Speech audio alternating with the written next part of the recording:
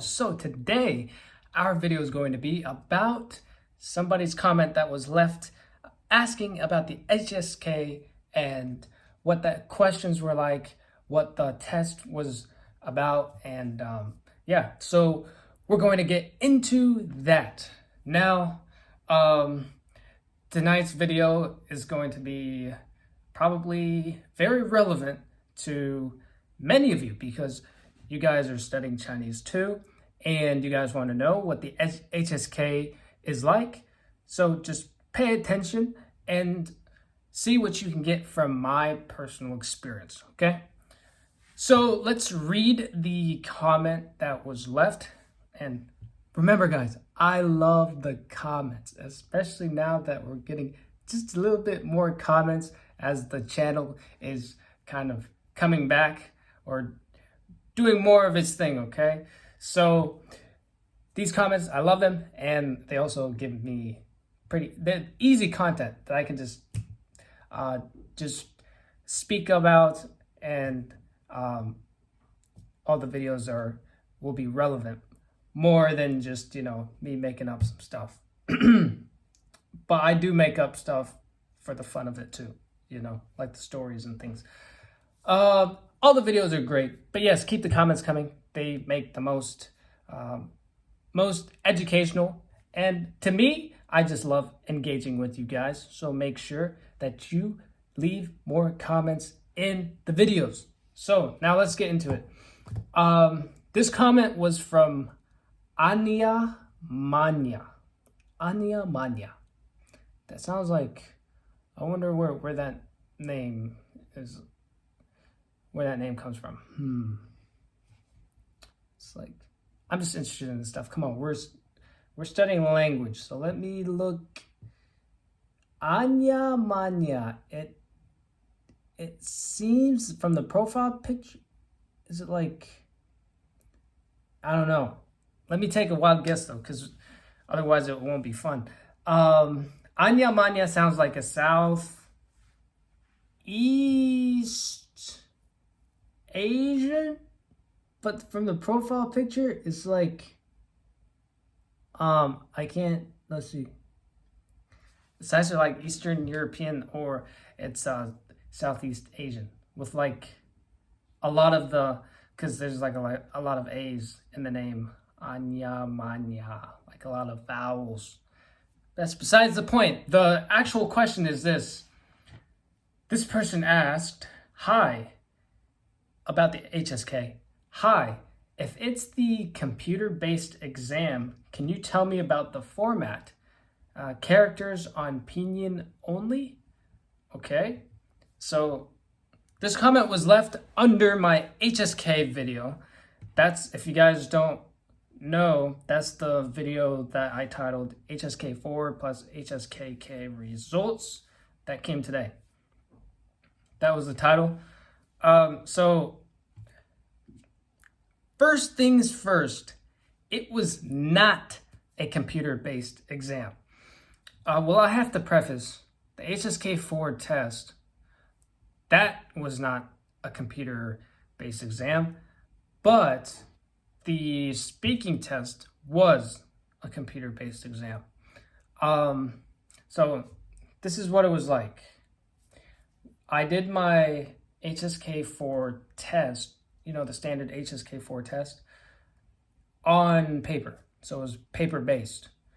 And then after that, I did my HSK speaking test, and that was on the computer. They give you like headphones to wear, and you sit in front of a computer and you listen to somebody speaking, or just audio of somebody speaking through the headphones, and then and then you write down what you heard, basically. And then you will also see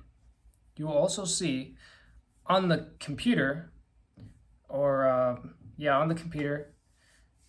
It was actually on the paper, but so the thing is, the speaking test, let's just get the speaking test out of the way. The speaking test, okay? I'm transporting myself back to that day. You go into this computer lab room. You sit in the computer, you sit in front of the computer, and you put on headphones. Now, all the computer has is just the audio. So it's literally just audio on the computer's screen. There's no words, there's no videos, it's just audio. You just see the play button and you can see the recording going from like start to finish. It's just audio playing into your headphones. And then you have a piece of paper in front of you where there's like pictures, and you have to, speak into the headphone what you see in the pictures. And then there's also another part where you hear somebody speaking in the headphones, like a recording, and then you have to repeat back what you heard. Now, personally for myself, the difficult part was honestly the repeating back what you heard. Because you guys, I think I mentioned it. I went into the HSK4 test and the HSK4 speaking test, not knowing really the format of the HSK. I never took it before, but we're not going to go into that. All I'm saying is that I did find that part almost a little tricky, because I almost was like, wait, do I respond? Do I repeat back what they're saying right now? Of course, it was kind of intuitive, but like the format just kind of takes you off guard. And then also I feel like it was a little tricky because you had to repeat what they said, but sometimes the sentence was a little bit long, So by the time they finished what they said, you were like, oh shoot, I gotta repeat all that back? I understood all of it, but what I have to remember what, like, I forgot what they first said, or those little like silly things. Besides that, it was manageable. Now, let's see. The other part where you had to describe what you see in the pictures, that I also was like, am I only supposed to use one sentence, two sentences, three sentences? So I settled on like three sentences, three sentences around there. I think that was too short because I passed, but the score wasn't really perfect. You know what I mean? It didn't look the prettiest. Anyway, so that's the speaking part. Now the standard HSK test, that's the one that was paper-based. Some people, I have an Indonesian friend, and he was like, he was going to take his online. I was like, you're going to take your HSK4 online? Online? How? How do they let you do that?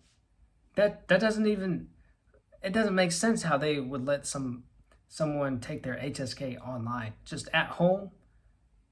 I don't know, but I didn't take it that way. It was straight up paper, and it was hard.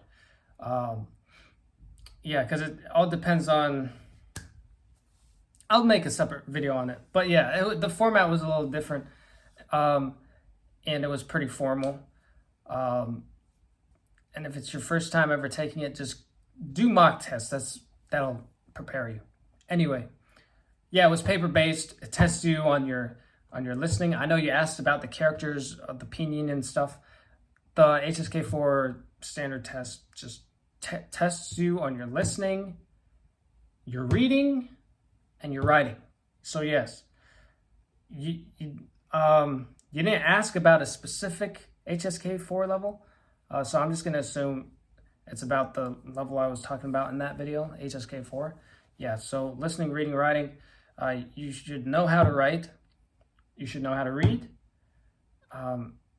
Not just pinyin, you should know how to read characters as well. Take the mock test, they'll help you, and that's going to be the best thing you can do to set yourself up for success. But yeah, other than that, there's nothing more. There's nothing more to it. Just take it, pass it like I did, and then come back even better for the HSK 5, the HSK 6, 7, 8, 9. You guys will see it in on the channel. My journey is going to be kind of different and unique, just like everybody's journey should be, because I have a lot of things on my plate. My university classes, my programming, which I do stuff. I'm experimenting and I'm making stuff. And my Chinese, my Tigrinya, but my Chinese is the main thing. But what I mean is, I plan on getting my Chinese to like 7, 8, 9. Come on. So let's see what happens, how difficult that is. It seems impossible. It doesn't matter. I don't care. I'll see you guys in the next video. 我们明天见.